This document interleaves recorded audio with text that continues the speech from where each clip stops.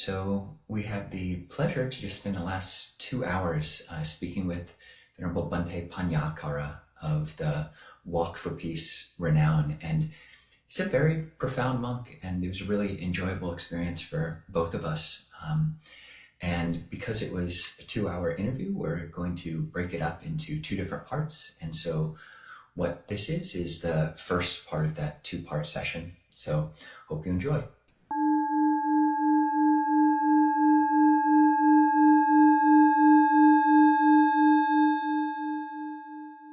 Welcome, Bhante. Thanks so much for joining us. Sadhu, Jet, Sadhu. So I'll read a short biography of Bhante before we jump into more questions. But Venerable Bhante Panyakara is a Theravada Buddhist monk and former IT engineer who transitioned from a corporate career to a life of mindfulness and service. Born in Vietnam and educated at the University of Texas at Arlington, Bhante Panyakara immigrated to the US in 1997 and took full ordination in 2010. So same year as me. And I think same birth year as well. Well, you're 81 and I'm 82, but I see. it's very similar.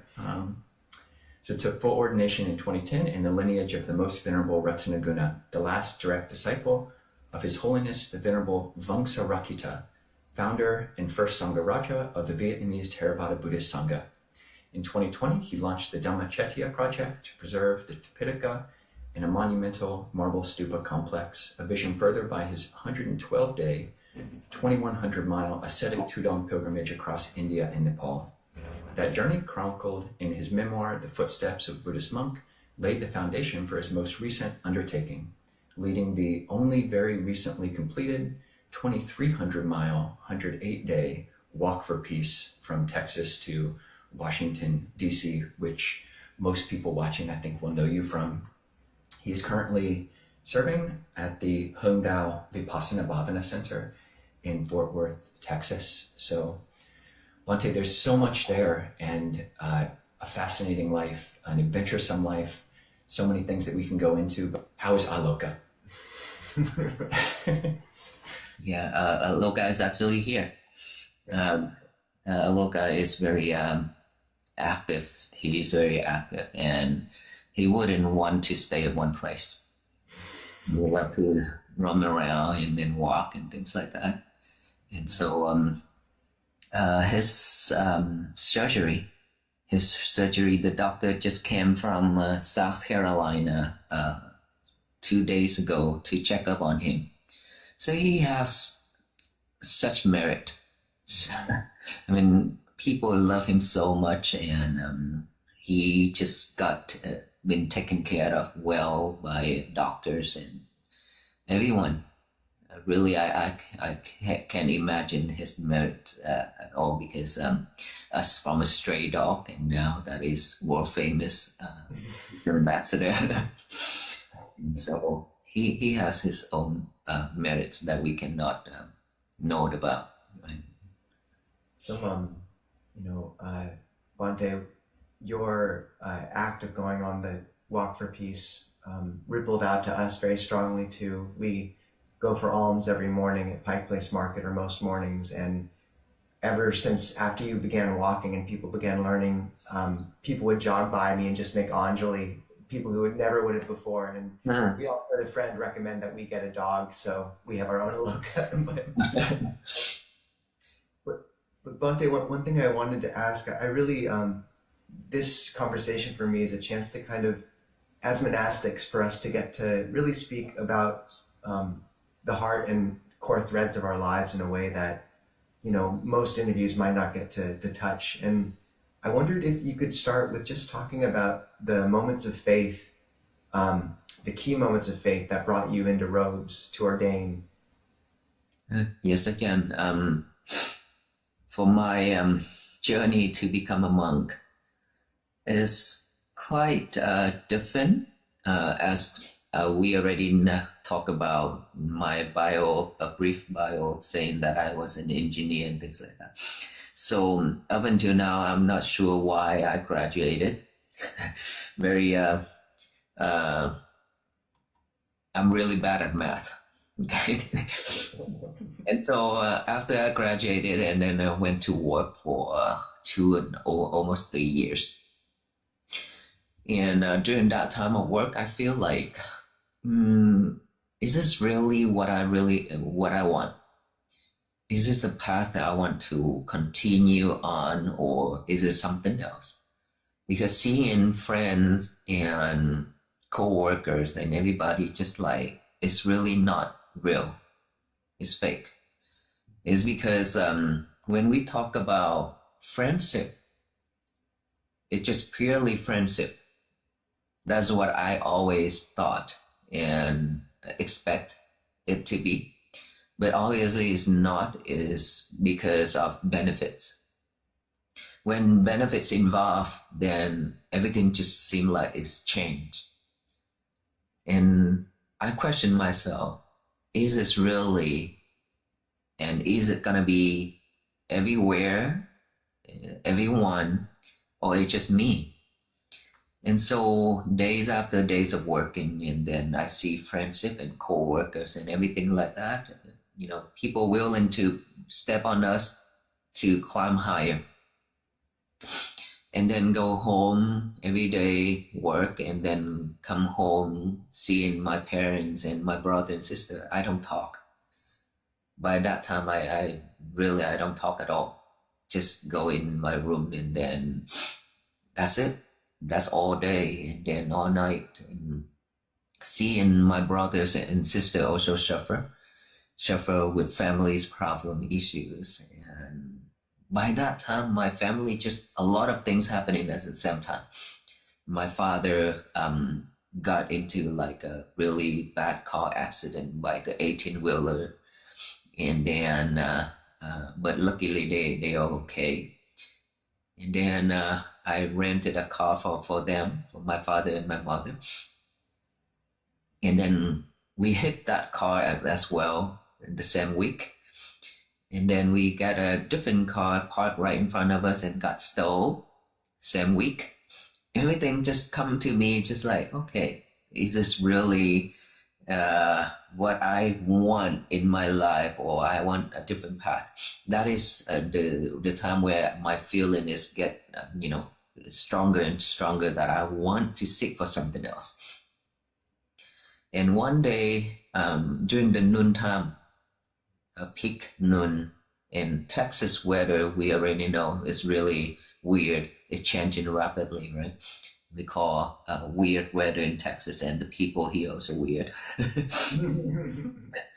And so, being weird, I took off from work. I drove myself to the Hương Dao Temple, which is the temple right now. Back then, I was a leader in the youth at the different temple in Irving, nearby to my workplace and my house.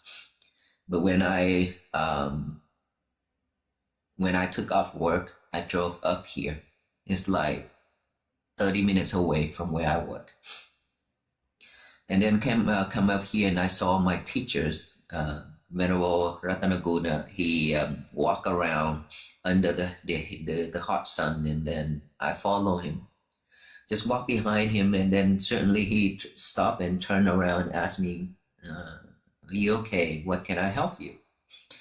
And I just answer him, and I didn't expect this. I said, can I ordain to become a monk temporary? And he smiled and he said, yes, when? I say 2 weeks. Let me arrange my work and things like that. And then after 2 weeks, and I enter to the monastery, and then start to ordain to become a temporary, not a novice, just stay there, as before ordained to become a novice, stay there for a couple of months. And then I went home again to go to work. And then when I go to work, I feel like this is definitely not what I want. I need to go back to the monastery. And I asked my teachers, can I come back to the monastery and then go to work during the day? And then at night, I stay at the temple to study and practice. And he said, yes. And I keep doing that for a while. And then one day, when I sweep the floor, sweep the yard when people cut the grass, mowing the grass, and I sweep it, and I saw all those grass that had been cut, and I imagined of my hairs, and I thought these grass is just like my hairs. If I'm not shaving it, I feel itchy and very difficult for me with that feeling. But then I cannot, just like kilesha, right, defilement. So, but I cannot eliminate it all yet. I cannot take it, remove them all yet. So I will put you here together, and I will pick you up together, and I will remove them all together later on. I just talk to myself that way. And then when I turned around and I saw one of the leaf, a very young leaf on the big tree by the gazebo. This gazebo is the first thing that my master built when he just first came to the temple. So this is a sacred place for us. And so the leaf, the young leaf, just dropped down in front of me, just like this, slowly in front of my eyes. And I look at that leaf, and I see that leaf. I imagine of myself, this is impermanent. So the young leaf also dropped due to so many conditions, right? Weather and everything. How about my life? One day I will also die, regardless of how old I am at that time. So I will be the same. Then what is real? That I ask myself that way, and I throw the broom right there, and then run in. And I saw my teachers walking back and forth by the parking lot again in front of the monk's residence.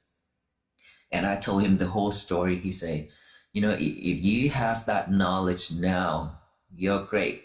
And back then, when the Buddha's still alive, the Buddha told people with just one sentence, one quote, then they became enlightenment right away. Or the lady, after listening to the Buddha taught, and then she took a shower, and then she poured the water from top of her head and down to her feet, and she became enlightenment. She realized everything and became enlightenment. Now you see the leaves falling, and you can realize that way. You're great. Then I was so happy when he said that, right? I say, then may I ordain to become a monk? He said no. He said no. And after that, I went home and talked with my parents, and they also say no. So 3 times like that, I asked my teachers and my parents, and they both say no. Until one last time, and he accepted it during the night time. Before that, he told me, for a student, if you cannot go to bed before your teacher, and you cannot stay in bed after your teacher's already awake. That's what he told me. So at 12 midnight, he didn't go to sleep, and he just walked back and forth in the monk's residence. So I dare to go to sleep, right? I just sat there and then watched him walking back and forth. And I asked him, Master, can I ordain to become a monk? That's the last time. And I asked him, he said, he's very difficult. He said a lot of things. I am very difficult. Can you handle that? Can you bear with that? And I say, I need teachers like you. I needed teachers like you. And then after chit chat for a while, and he said, I already picked out the date for you, full moon of April, for you to ordain. And so tomorrow go home and talk to your parents. And then I was so happy. And then tomorrow comes, and I went home and talked with my parents, and they cried so much. I kneeled down in front of them, and they pay respect to them. And they cried, and I asked them one last time that allow me to ordain to become a monk, and they all agree. They all agree. There, my journey begins from there, just like that. But I never expected about ordaining to become a monk. I never had that thought before. Yeah, thank you, Bhante. That's a fascinating story, and Yeah, it seems like your life is somewhat, until the present day, even somewhat similar to these seeming lines that I see in the history of the religious history of Vietnam. So like Thailand, Burma, Sri Lanka, they're all very much Theravada Buddhist, like 99.9%. Whereas Vietnam, you take a teacher like Thich Nhat Hanh, one of probably the second most well-known monk in the world. He was a Mahayana monk, but he would translate Theravada texts. And your life, you ordained into the lineage of Vongsarakkhita, who is the founder of the Vietnamese Theravada Sangha. And your life is very much Theravada. You made that choice, but also a lot of people have in their minds this idea that Theravada is very selfish. You're going off to live in the forest and practice for your own arahant enlightenment, whereas Mahayana is very much thinking about others and very public focused. And I think your pilgrimage recently is a interesting, combination of both of those. But I'm curious if it was intentional that you chose Theravada. Were you raised in Vietnamese Theravada, or how did you decide to go that direction rather than Mahayana? In Vietnam, I didn't even know that we are Buddhists. Most of the Vietnamese family, we claim that we are Buddhists, right? Most of the Vietnamese family, but we are not really Buddhists because we don't know anything about Buddhism. Right? We just know in that we go to the temple and then paying respect to the Buddha, and then with the incense, and then asking for, good health, prosperity, and everything like that. But we don't even know what's the Buddha taught about, or how to practice meditation or anything like that. So we claim that we are Buddhists, but we are not, to be honest. Okay. So back then in Vietnam, my family is same with every other families, that we worship ancestors. We only worship ancestors. And that's all we know. Okay? I didn't even know that who's the Buddha and how he looked like, or what is the temple and what the temple looked like. I didn't even know. Until I came to United States. This is when my Buddhist begins. It's because it started out with fun. Okay, my friends' school, when we go to school, and they join the Buddhist youth every Sunday, and that is when they ask me, "Oh, go ahead, go to the temple and join the Buddhist youth because it's fun. We have camping and we learn Morse code and semaphore and everything like that, and so it's gonna be fun, And then by that time, I said, okay, then I want to join, because staying at a home without knowing anybody or going anywhere is also boring. So I joined the Buddhist youth, and then learn semaphore, Morse code, and then join with some camping, summer camping and things like that, and learn. And then I got promoted to be one of the leader. And so Buddhists started out from me is directly to Theravada. Right? Because in Vietnam, mostly Mahayana, in Vietnam, mostly, everywhere. But somehow where I live, where I raised up, there's not temple, or because my family is also have to work to raise the whole family, because my family is a large family. I have 10 brothers and sisters. I'm the youngest one. Okay? So I really didn't know how my parents can raise all 10 brothers and sisters like that. Their kids, they can raise them all. And so because of a busy life, that's why we didn't go to the temple or anything. Or maybe it's the temple is far. And so we move around from Dak Lak is where I born. We are Hue Central, okay? We from central of Vietnam, which is Hue City. And then when they came to, they went to Dak Lak, is one of the city, the state. And then I was born there, and then moved to Bà Rịa Vũng Tàu. moved to Bà Rịa Vũng Tàu, and then from there, this is what I still remember when I was still young. My parents and brothers went to work, and then I stayed home alone. In front of the highway, we live by the side of the highway. There's one monk, Theravada monk wearing a red robe, just like my teacher. He goes for arm round. Okay, he goes for arm round, and he stopped in front of my house. And then when he stopped there, and I didn't even know who he is and what he's doing. And the kid, and I just think that, okay, then I need to offer him something. So I went inside and scooped one scoop of rice. Not the raw one, rice. And I run out, and then he opened his bowl for me to offer it, and I poured the whole cup of rice, raw rice, into his bowl.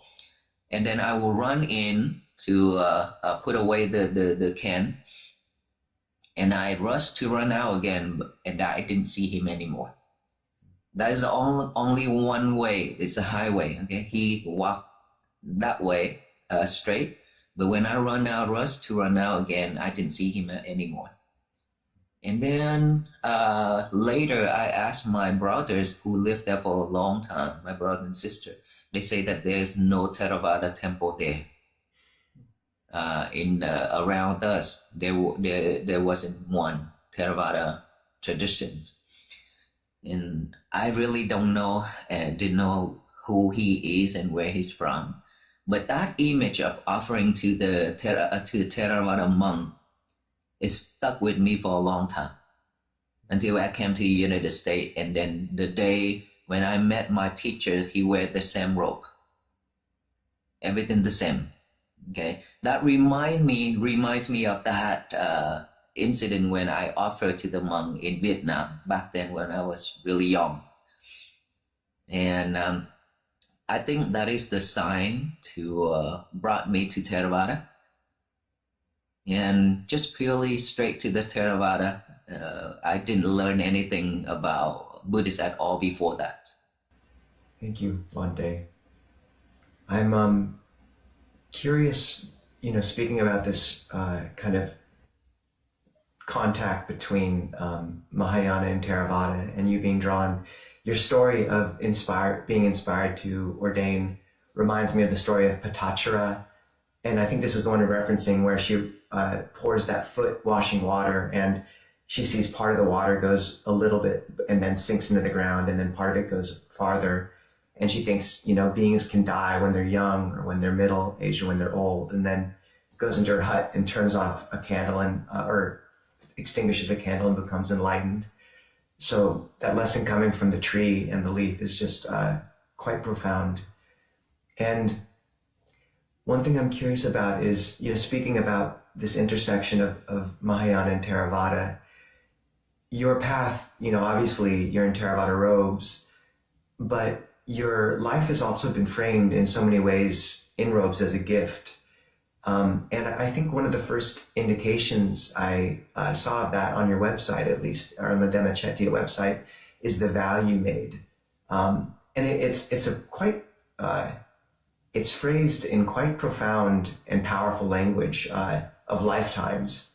So would you talk about what inspired you to make your vow and why you made, or what it is? Yes, Ajahn. This is where it started with. Back then when I just ordained, newly ordained, and then I try to learn more about Buddhism. I went online on YouTube, and then start to search about Dhamma talk and things like that, try to listen, to learn more, to get more knowledge about it. And then I came across to some of the talk is just say that for those ladies who accidentally got pregnant and have to deport their babies, And then if they already done that, then just write down, just get one of the sutta called Địa Tạng Kinh in Mahayana tradition. It's a Địa Tạng Kinh Bồ-Tát. It's one of the bodhisattva that is well known in Mahayana tradition. Địa Tạng is about the earth bodhisattva. Restored Jisu Bodhisattva. Probably will.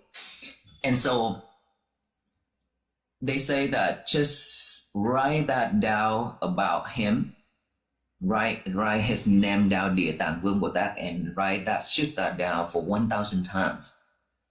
Then their karma about deportation of the baby will be wiped out, will be removed completely. And I was like, really? Is this something the Buddha taught? Is it really that Buddha teach all this? How can it be? Because this is just like, this is not right at all for me. But by that time I didn't know much about Buddhism. And keep thinking, and I learned about Tipitaka, and I start to read more about it. And I found out that, all those things that taught online, and then, is taught by many teachers and many monks, and they always claim that this is the Buddha teaching, this is the Buddha teachings, but obviously it wasn't, right? If they want people to understand, if they want people to follow, then they claim those to be the Buddha teachings. And so those are misleading. And a lot of people follow and believe in that, right? And I asked myself, this generation, my generations, we still have knowledge to understand what is right, what is wrong. But come to the Buddha teachings, all his teachings, we are completely blind like this. And what about the future? My students and my students, what about them? What are they gonna base on to study, to practice? Because later on, it will be much more misleading teachings, right? And so I was worried so much about the future generation because of all these things that I read and listened online. And I told myself, I need to do something. I need to do something to preserve the true Dhamma for the future generations. But by that time, I didn't know what to do. I just have that kind of mindset, that thought. And then I get to go to India once with my teachers and the Lady Buddhis here. When I entered into the Bodh Gaya area, by far away outside, and I be able to see the Bodhi tree and the top of the stupa. And I cry, I break down and cry a lot about standing outside looking in. I cry, and I didn't know why. And then I went inside and paid homage to the Buddha and Bodhi tree. And then I sat there under the Bodhi tree to meditate for a while. And then in my mind, I would just wish, what can I do? What should I do to protect the Buddha Dhamma, to preserve it, and to spread it widely? And then continue meditating. After a while, I see some of the top of the jetty. So when I keep seeing all those spear of the jetty in my mind, and I was thinking, okay, then I should do something.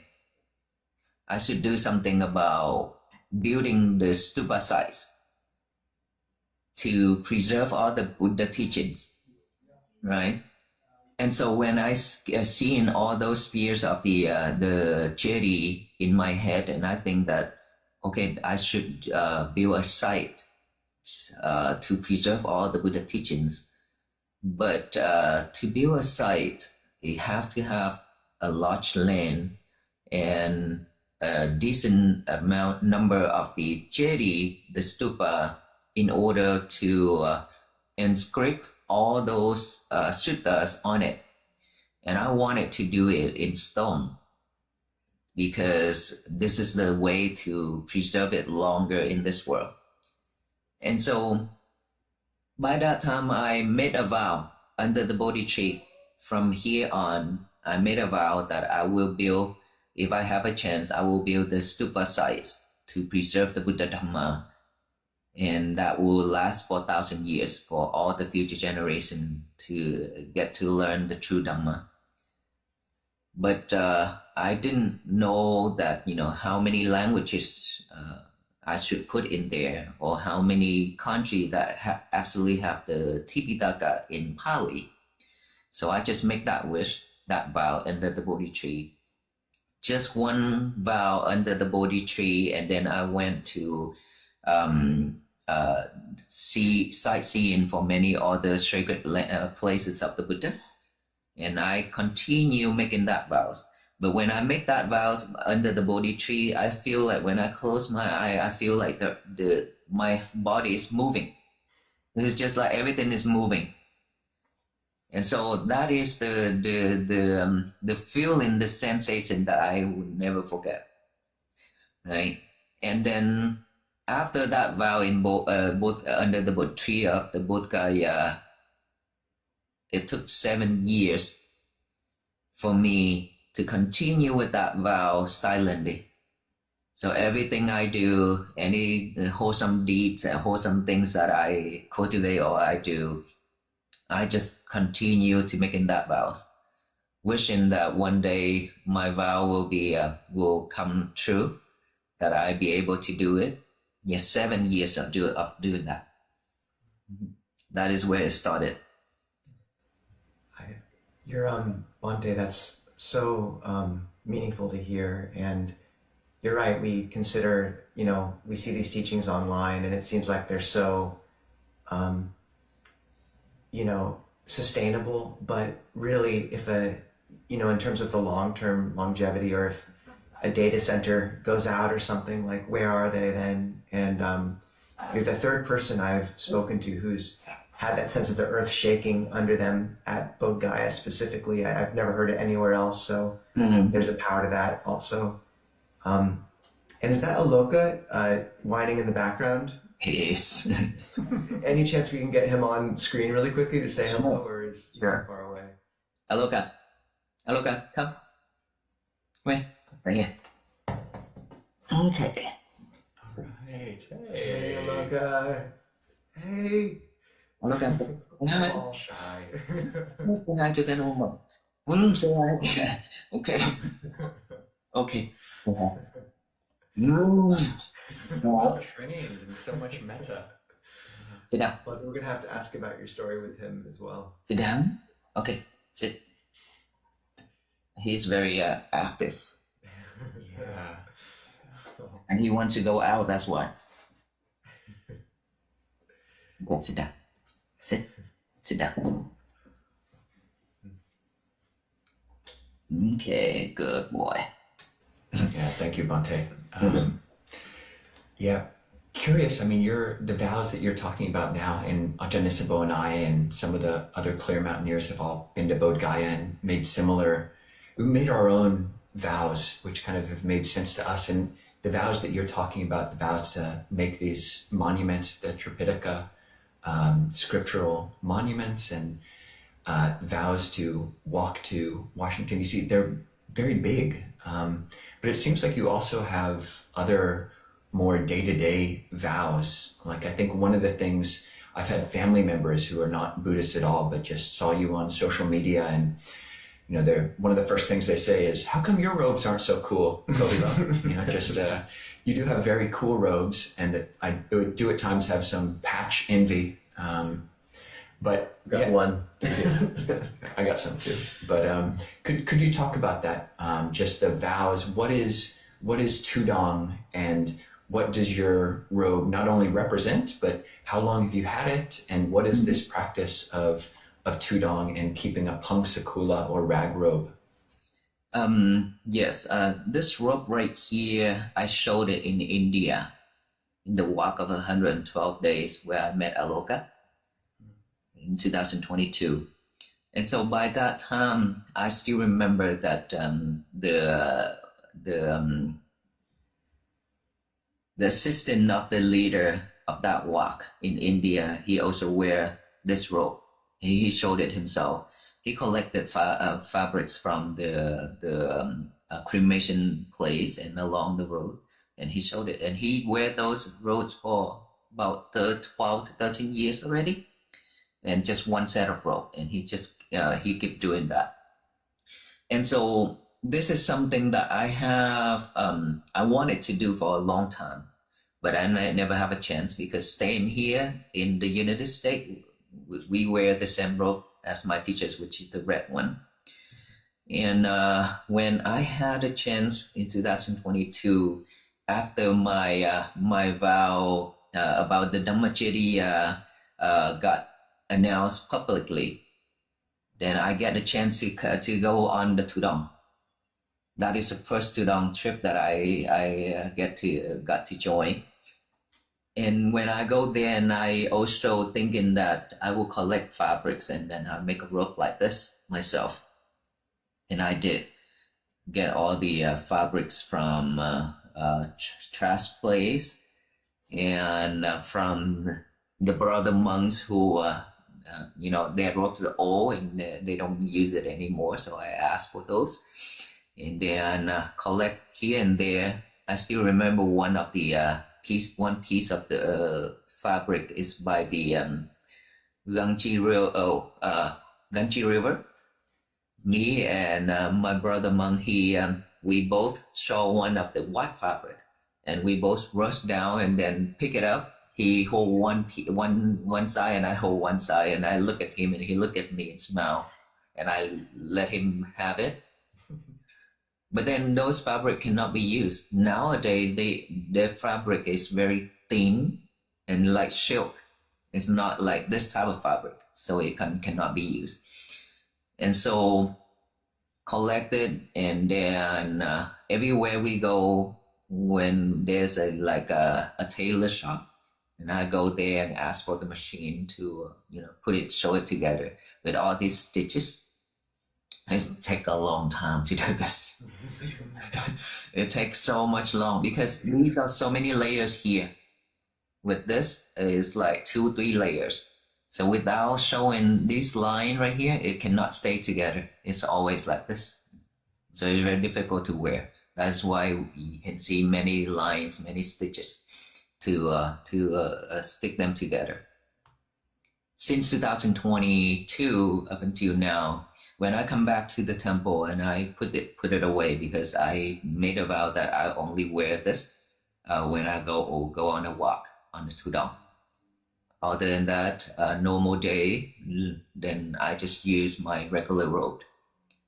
And this is where it came from, and I got my whole set, 3 pieces, fixing and putting together. Unfortunately, these cannot be dyed. I tried to dye it in one color, but these are different type of fabric. Right. So when we both try to cook a really big pot of color and dye in color, and we try to dye it because we have to have one color, right? There cannot be so many colors like this, but it didn't work out. So time is rushing, so we have to wear like this, but luckily, it's not too obvious with this color. These colors are still matching with, all our allowed robe, right? Colors. It's not too obvious, but I definitely will get some other fabrics that be able to dye and replace this, right? And wearing these, I feel like because they are thick enough. The Sangati is about 5 layers. It's super heavy. I remember in India when we walk and we caught in a rain, it's soaking wet and then it's way heavier than normal, right? And then we walk every day like 30 miles per day. And so it wears out a lot already. Plus the rope and the bags and the bow. So it's way, way heavy. It's like some monks put in rocks in my bowl or something. Well, I was happy for you. So the Sangati is the one that goes over your shoulder where in America it has all of the pins from the different Right. sheriffs and towns. And I was very happy that it looks so thick. I mean, ours probably weigh maybe like a tenth or at least a quarter of what yours weigh. But I was happy because you're sleeping outside and it's basically a blanket, a full blanket. It is. I'm grateful that we have this rope and the sangati is thick enough for us because it's super cold. Sometimes you saw us wearing like the beanie, is it Oh, yeah. hat, and wearing socks and things like that because it's freezing. So we have to adapt to the weather. Otherwise, when we walk, we cannot cover that sangati like normal, when we stay at one place.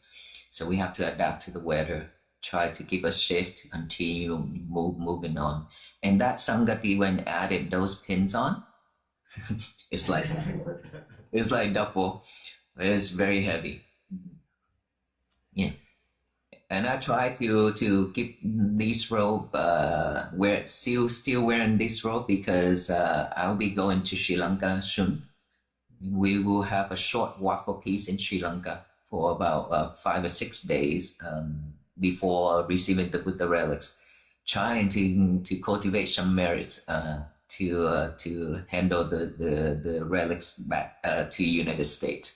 Bhante, speaking of your trip to India, would you mind telling us about how you met Aloka and how he came back with you? Day 6 of that journey from Kolkata, India, there was so many dogs that follow us, right? But like couple hours and 1 or 2 days, they all quit. Aloka followed us on day 6, but he was same as the other stray dog around. In India, a lot of stray dog. It's almost everywhere. And so he saw us walk, and then he just followed at the beginning. He also hesitated to get closer to the monks too.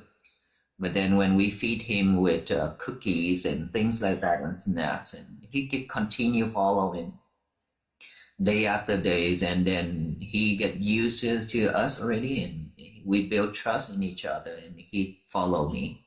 He followed the monks, and I took care of him really well every day. When he see mud, when he see like dirty water, he just sunken himself down there.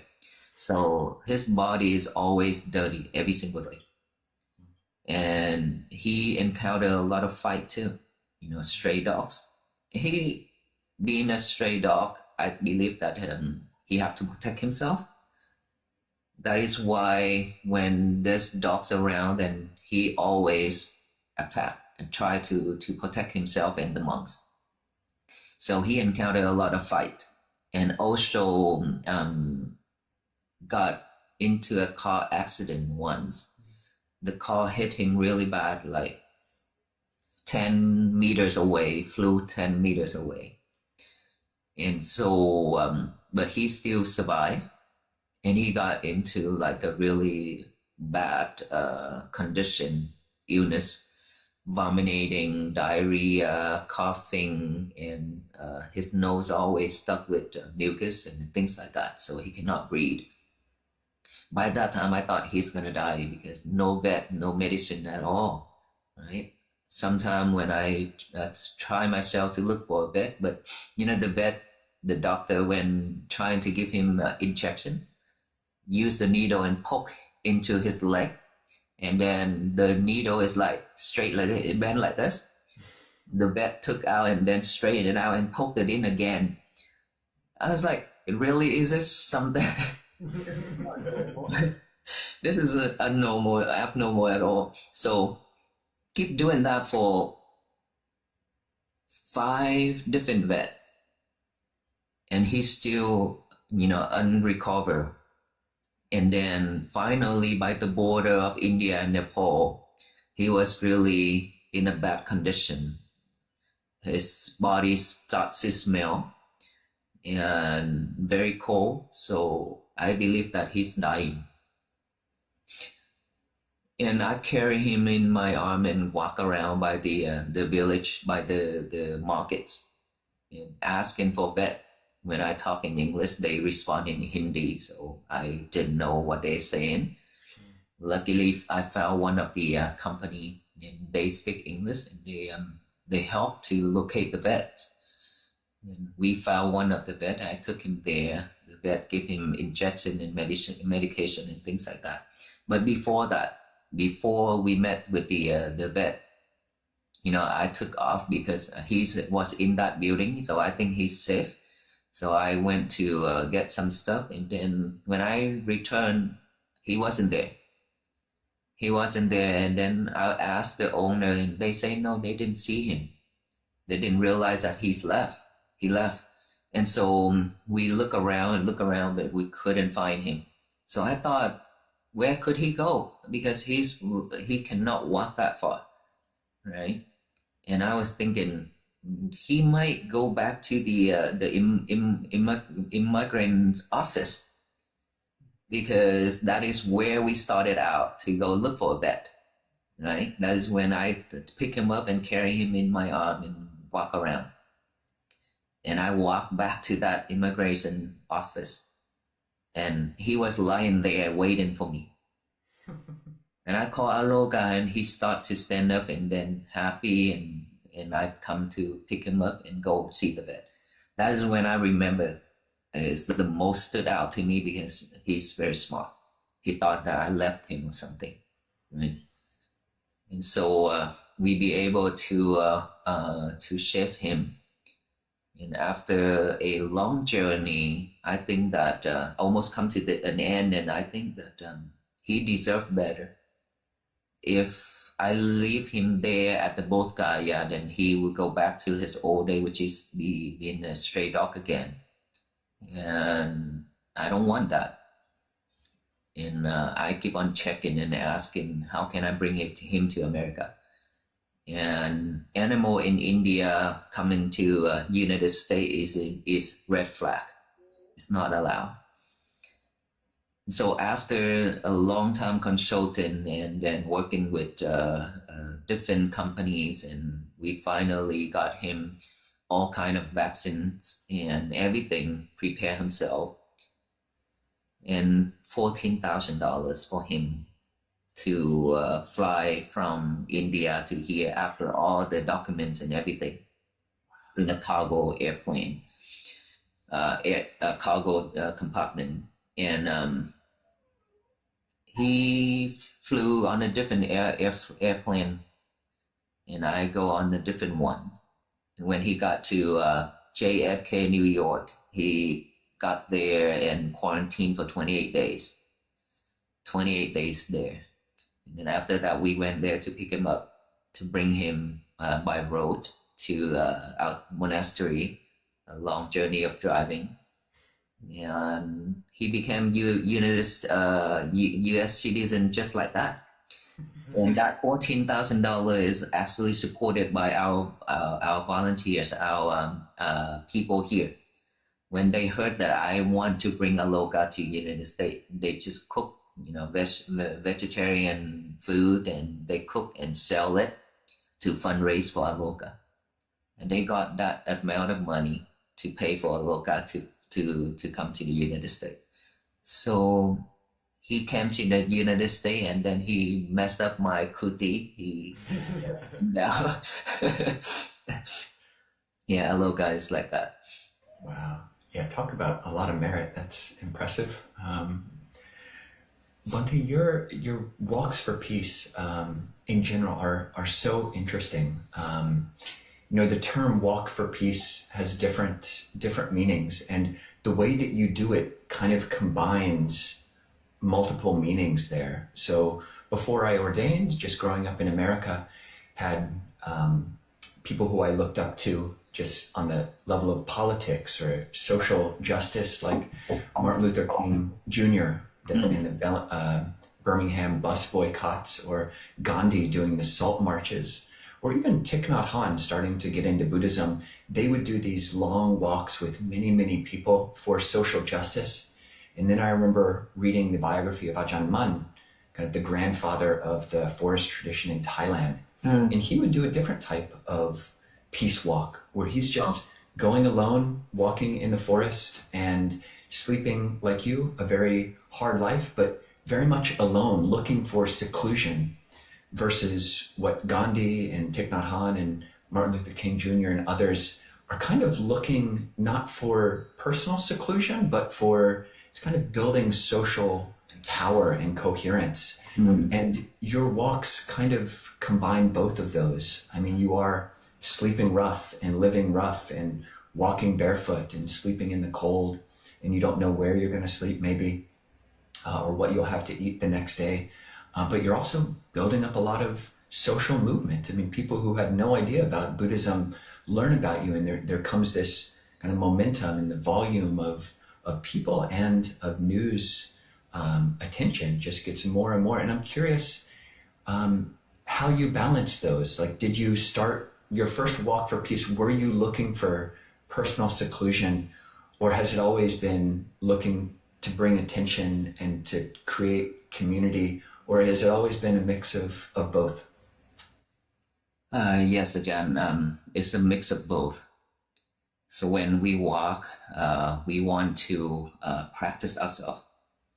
Like I said, in my walk, most of the time we stay at the temple and we have a lot of opportunity to practice meditation in sitting posture, right? And we can just go into my kuti and then lock myself down for a couple of days or months if I want. But by doing so, there's still a big piece that is missing out that I couldn't find it. And I see so many sufferers around, our society and around me. And everywhere I go, I just see suffering people and not knowing how and where to start to get out from all those sufferings. So I keep asking myself, what can I do as a Buddhist monk? What can I do to help? If I just stay here at the temple and I can serve the small community, whoever comes to the temple and I can support, I can help. Or if I want to be secluded myself, I just, go into the kuti and then lock myself in that for months if I want. My teachers stay in the kuti for 1 year straight to meditate without seeing anybody already. He have done that in 2017 before I went to Myanmar to practice. And so in this walk, I talk with my team that we need to practice mindfulness when we walk, trying to find out what's the difference between sitting and walking. As Buddhist monk and all practitioners, we always sit in to practice, right? Most of the time. But walking for a long distance for every day to practice is way different. It's very difficult too. And walking like 20 to 30 miles per day, that wears out a lot too. Tired, exhausted. Right? Then how can we balance it, and how can we cultivate on our breathing, and how can it be mindful? So that is the biggest challenge for us too in this walk. For myself, I put the concentration by the nostril, the breathing, continue breathing while I walk. And at the beginning, because not so many people knows about this walk at the beginning, right? And we just walk, and we get to practice a lot at the beginning. Not like back then, the more we walk and the more people come out, and that is the time where we have to greet people a lot. So it is kind of like thankful to the beginning where not many people coming out, not many people notice us, that we get to prepare ourselves. We get to prepare ourselves for the bigger one, right? And we did. We practiced hard at the beginning. We sleep outside and anywhere, like Ajahn just mentioned. We're not sure that what we're gonna eat, and then not sure where we're gonna sleep. Someday they kick us out. Sometime we sleep, by the side of the highway. And those nights, I could not sleep because, worry for the whole team. If one car crashed down or fall asleep when driving, the whole team could die, right? Because on the highway, 70, 90 miles per hour, especially at nighttime, they drive very fast, right? So most of the time I couldn't sleep because I need to watch out for the team. And so I get to practice myself a lot during those days for over a month. And going through the cold, the freeze, and moistures and everything, we are wet every night. And so that is the time where I see myself as, okay, here I'm practicing myself, even though we walking in a team, but each and every single one of us, we have our own space because nobody knows how that person practice, how that person practice, things like that. So it's kind of secluded for myself and the other monk who walk with me all the time, wearing several Ajahn Pia Thammo. And we sleep outside like that. We get to experience more different things, right? When we sleep outside throughout the night, under the rain and things like that, we experience a lot. So that also support us in the practicing.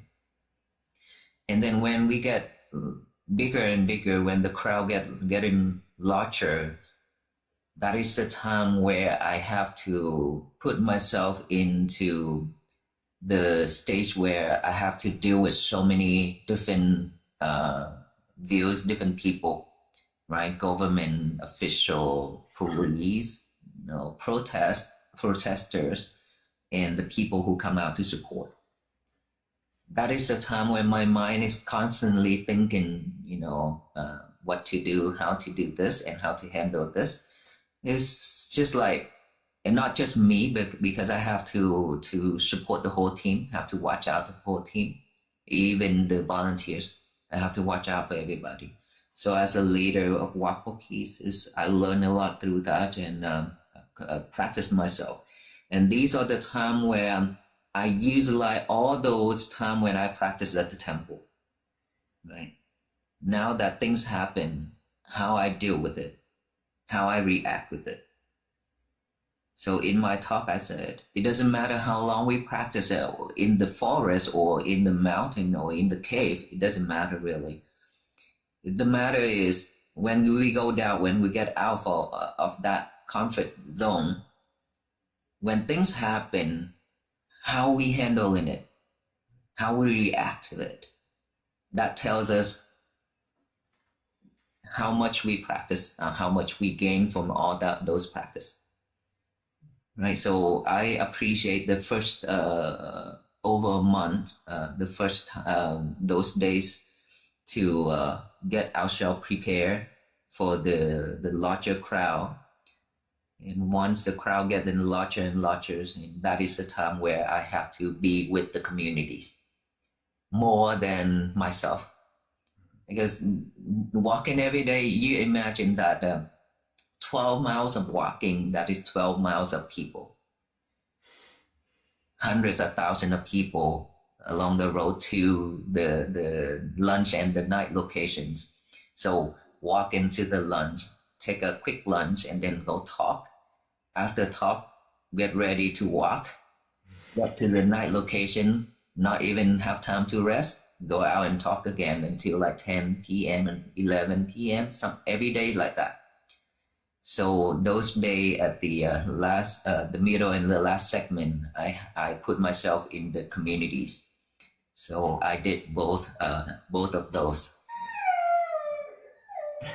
One day, if you need to take Aloka out, we can wait. Okay, he just want to. No worries. Please, Nimonka. Okay, let me give him some treats. Right. What's going on, Aloka? We relate to your Tudong story. The first time we kind of got close to each other was walking Tudong in California, and I remember specifically camping in a grove of poison oak with Ajahn Kovilo, and that's where we really bonded. But his Sangati was way thicker than mine, and I was cold every night, and you were not. I had a wool So- sunglasses. That's great. Mm. So that was the end of our first of two-part interview with Venerable Bhante Panyakara. People can find a link to the next video in the description, and hopefully we'll have it popping up somewhere on the screen. And yeah, hope you'll enjoy that when it comes out as well.